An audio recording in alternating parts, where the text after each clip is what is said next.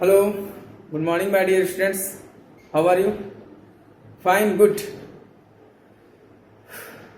Today start a new next lecture, new topics, refractive index.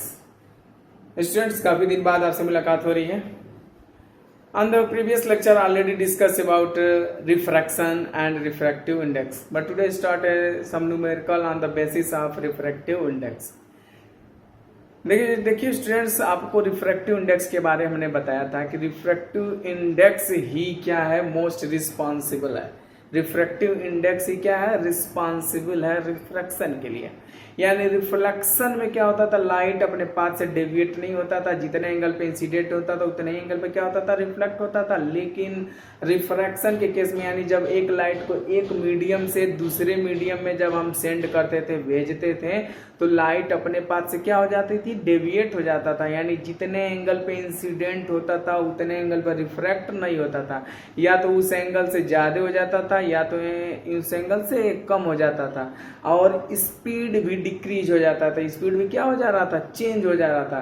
तो लोगों ने पूछा कि ऐसी कौन सी फिनोमेना हो जा रही थी, क्या रीजन है कि स्पीड का लाइट भी कम हो जा रहा है और अपने पाथ से क्या हो जा रहा है, डेविएट हो जा रहा है. एंगल ऑफ इंसिडेंट और एंगल ऑफ रिफ्रैक्शन की वैल्यू सेम नहीं आ रहा है, क्या रीजन है. तो सबसे मोस्ट इंपॉर्टेंट जो मेन रिस्पॉन्सिबल कौन था, रिफ्रैक्टिव इंडेक्स. यानी जब मीडियम चेंज हो जाता है तो लाइट की प्रॉपर्टी क्या हो जा रही थी, चेंज हो जा रही थी. यानी जितने एंगल पे इंसिडेंट हो रहा था उतने एंगल पर रिफ्रैक्ट नहीं हो रहा था, जितने स्पीड से इंटर कर रहा था उतने स्पीड से बाहर नहीं निकल रहा था. यानी एयर में स्पीड कुछ और रहा था, ग्लास में जब इंटर कर रहा था तो इसका स्पीड कुछ और रहा था. एयर में स्पीड, जब मान लीजिए ग्लास से स्पीड कुछ और रहा था, अगर ग्लास से कैरोसिन में जा रहा था तो स्पीड कुछ और जा रहा था.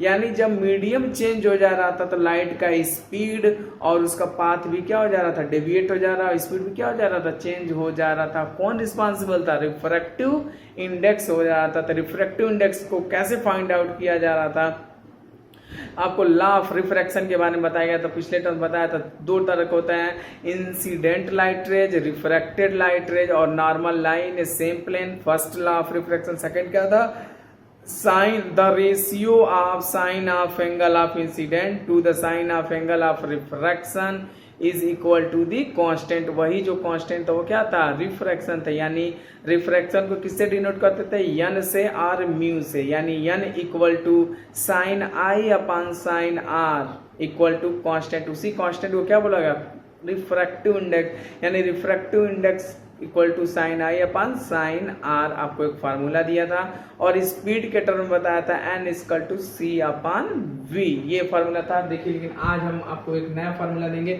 जैसे मान लेते हैं एक ग्लास है और एक एयर मीडियम. कौन सा है, एक एयर मीडियम और का है ग्लास मीडियम. ठीक, एयर में स्पीड कितना है, v1 है और ग्लास में स्पीड क्या है, v2 है. एयर में ग्लास क्या है, v1 और ग्लास में स्पीड क्या है, v2. एंगल आई और एंगल आर. यहाँ पर रिफ्रैक्टिव इंडेक्स क्या है कि स्पीड के टर्म में रिफ्रैक्टिव इंडेक्स का फार्मूला होता है 1 and 2. पढ़ेंगे क्या करेंगे, 1 and 2. यानी 1 से लाइट इंटर कर रहा है कहाँ, 2 में.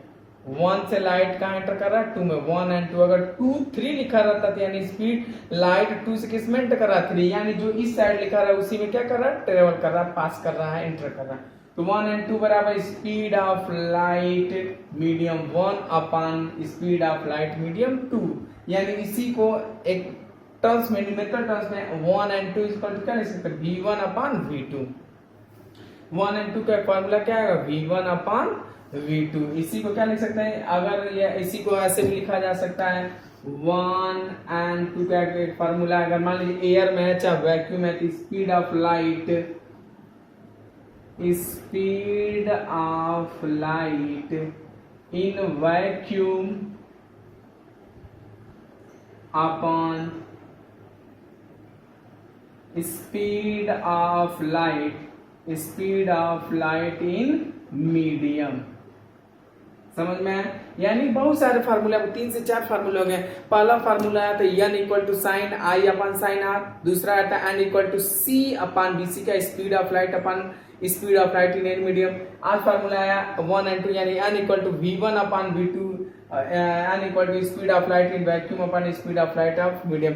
यानी जो वैल्यू दिया रहेगा उसी के बिहाफ पर आप न्यूमेरिकल को क्या करेंगे, सॉल्व करेंगे. सारे फार्मूले को क्या किए रहेंगे, याद किए रहेंगे. तो 1 and 2 बराबर speed of light in vacuum upon speed of light in medium. समझ में आया? आपको एक न्यूमेरिकल बताते हैं, आपको समझ में आया, इसे नोट कर लीजिए। ठीक,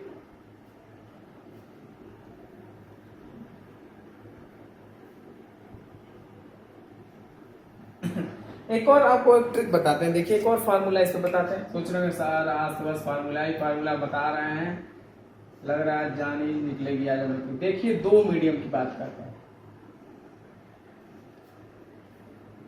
ध्यान से देखिएगा।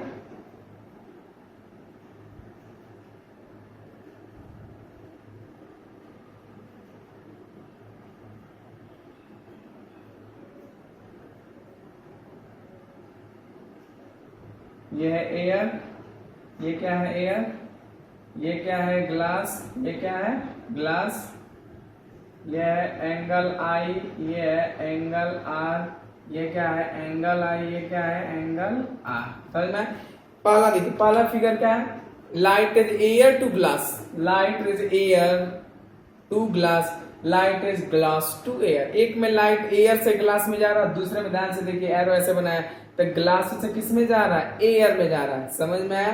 दोनों एक ही बात है, एक बार लाइट अंदर जा रहा है, एक बार लाइट बाहर आ रहा है, यानी यहाँ पे क्या जाओ 1 and 2 हो जाएगा ना, 1 and 2 होगा ना, 1 and 2 क्या हो जाएगा, V1 अपान क्या हो जाएगा V2। इसमें V1 मान लेते हैं, इसको V2 मान लेते हैं। ये क्या है V1 है, ये क्या है V2 है, तो V1 अपन क्या हो जाएगा V2 हो जाएगा। यहाँ पर 1 and 2 बराबर क्या हो जाएगा V2 अपन क्या हो जाएगा V1 हो जाएगा। समझ आया? 2 1 हो जाएगा। ये क्या हो जाएगा इक्वेशन फर्स्ट, ये क्या हो जाएगा इक्वेशन सेकंड हो जाएगा। इसी को देखिए 1 and 2, 1 and 2 बराबर क्या है V1 अपान V2 हो गया। अब इसको रिवर्स कर देते हैं।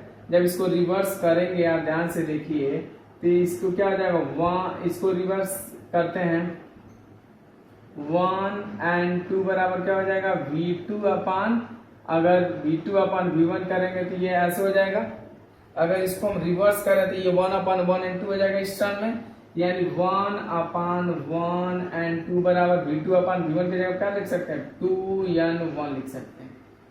नया फार्मूला आपके सामने है। यानी देखिए इसको एक वर्ड में आपको लिख के दिखाते हैं। वर्ड में यानी रिफ्रैक्टिव इंडेक्स देखिए air and glass equal to 1 upon glass N air. समझ में? उसका क्या हो जाएगा, अगर लाइट एक से दूसरे मीडियम में जा रहा है तो उसका जो रिफ्रैक्टिव इंडेक्स होगा उसका रेसिप्रोकल होगा किसका, मीडियम 2 से 1 में जाने का क्या होगा रेसिप्रोकल होता है। एयर यानी glass equal to 1 upon glass N air होगा। समझ में? इससे सारे न्यूमेरिकल आपको देखिए, न्यूमेरिकल आपको बताया जाएगा तो आप इजी वे से क्या कर सकते हैं समझ सकते हैं। तो आपको सारे फार्मूले आपको दिए जा चुके हैं, अब उसको क्या करना, सवाल को क्या करना लगाना। एक बार देखिए मैं फार्मूले को लिख देता हूँ, उसे याद करिए। एक फार्मूला आपको दिया गया था n equal to sine I upon sine R. एक फार्मूला दिया गया था n equal to V1 upon V2 दिया गया था। एक फार्मूला दिया गया था n equal to C upon V दिया गया था। समझ में आया? एक फार्मूला दिया गया था एयर यन, कुछ भी आप ले सकते हैं, glass equal to 1 upon glass N air हो जाएगा। समझ में आया? बहुत सारे ये सारे फार्मूले दिए गए थे, आपको क्या करना, सवाल को क्या करना सॉल्व करना। ये सारे फार्मूले नोट कर लीजिएगा और लगाने हैं आपको सवाल। अब देखिए सवाल कैसे लगेगा, ध्यान से देखिए। मान लीजिए एक आपको सवाल देते हैं, लिखा गया है,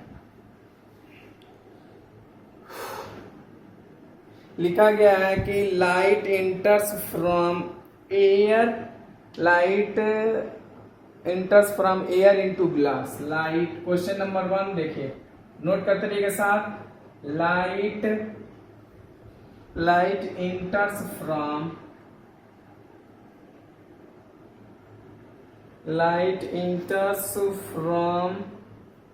air into glass, air into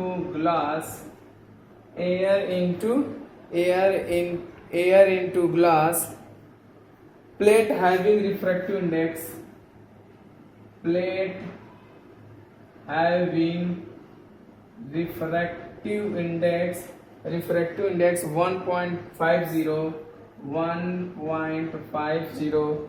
What is the speed of light in glass? What is the speed of light in glass? What is the speed of light in glass? ध्यान से क्वेश्चन क्या लिखा गया है? Light enters air into glass plate having refractive index 1.50. What is the speed of light in glass? एक light rays है जो air से कहां पास कर रहा है? ग्लास में। कहां से?